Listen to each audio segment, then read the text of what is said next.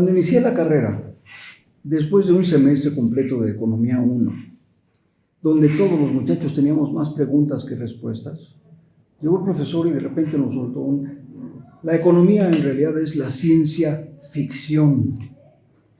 Todos nos quedamos perplejos, pero en realidad no es tanto así, ¿eh? La economía estudia la administración de recursos escasos para crear riqueza y satisfacer las necesidades de las personas.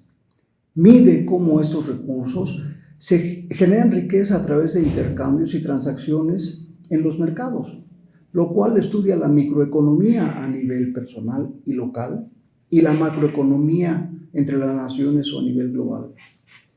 Cada mercado tiene sus propias reglas, pero hay dos conceptos básicos que casi todos ellos existen, que son la oferta y la demanda. Donde la oferta es lo que yo ofrezco, lo que yo quiero vender, y la demanda lo que yo necesito, lo que quiero comprar. Cuando la oferta es superior a la demanda, los precios bajan.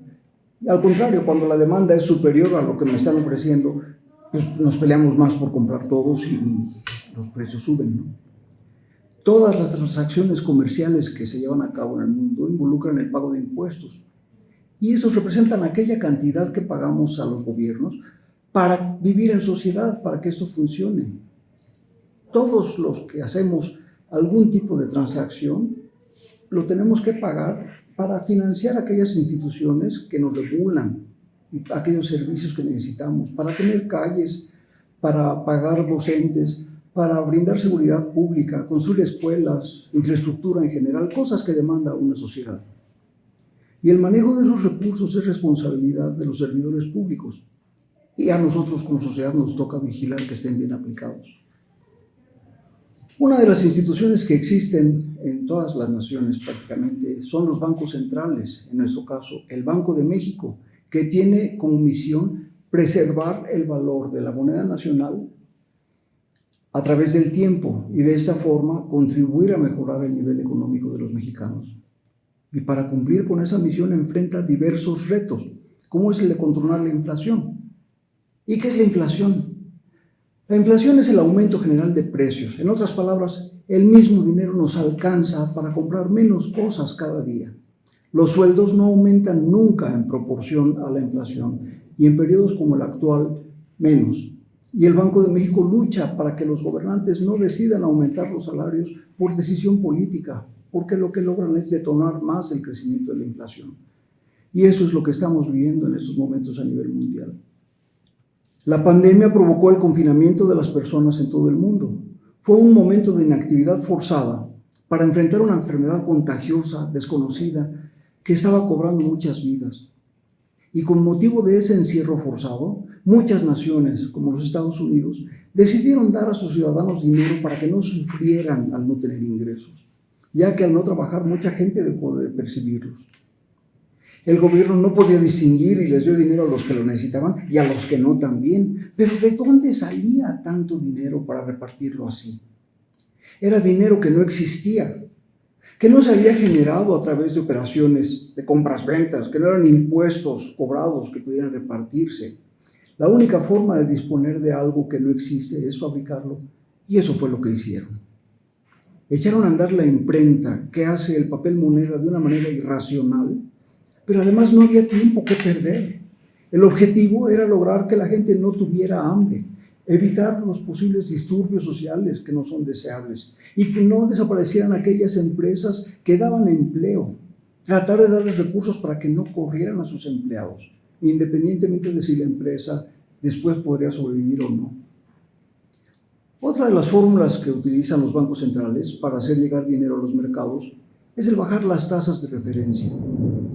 Con esto logran que el crédito sea más barato, que sea más accesible para todos, que todos puedan tener acceso a los créditos, estimulando así a las empresas y a todas las personas a que utilicen créditos aun cuando no los necesitan, porque después podrían pagarlo a bajo costo. Y mucho de ese dinero finalmente no era necesario. Y la gente lo colocó en inversiones bursátiles, provocando con ello el aumento de los precios en las acciones. De hecho, las grandes corporaciones utilizaron esas líneas de crédito enormes a las que tienen acceso ya que era más fácil pagar esos créditos con intereses que eran cercanos a cero.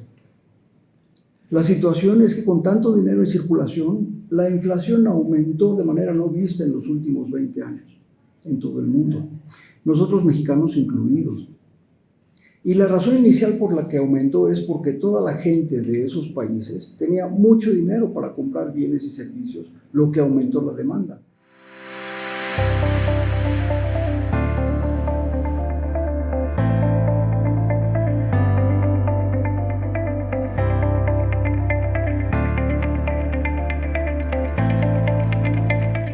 Pero ¿por qué México tiene también esa inflación?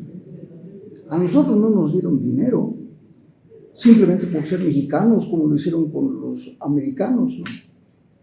De hecho, el gobierno de México decidió no dar apoyo ni siquiera a aquellas empresas que no podían evitar despedir empleados, lo que provocó que desaparecieran muchas de ellas, aumentando entonces el desempleo y la actividad informal.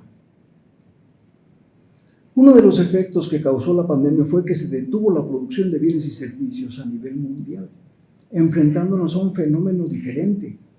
La inflación no era provocada principalmente por la excesiva demanda, que era lo de siempre, lo acostumbrado, sino por la súbita reducción de la oferta de muchos bienes y servicios que dejaron de producirse. Simplemente no había gente en las fábricas. El problema rebasa a las acciones que un banco central puede ejecutar. Bancos centrales, gobiernos y sociedad debemos trabajar conjuntamente para lograr el restablecimiento de la producción de bienes y servicios de manera inmediata, porque hay varios ingredientes que lo hacen más difícil, uno de ellos muy grave. Rusia decide en estos momentos invadir Ucrania, y entre esos dos países producen el 30% del trigo del mundo y el 18% del maíz.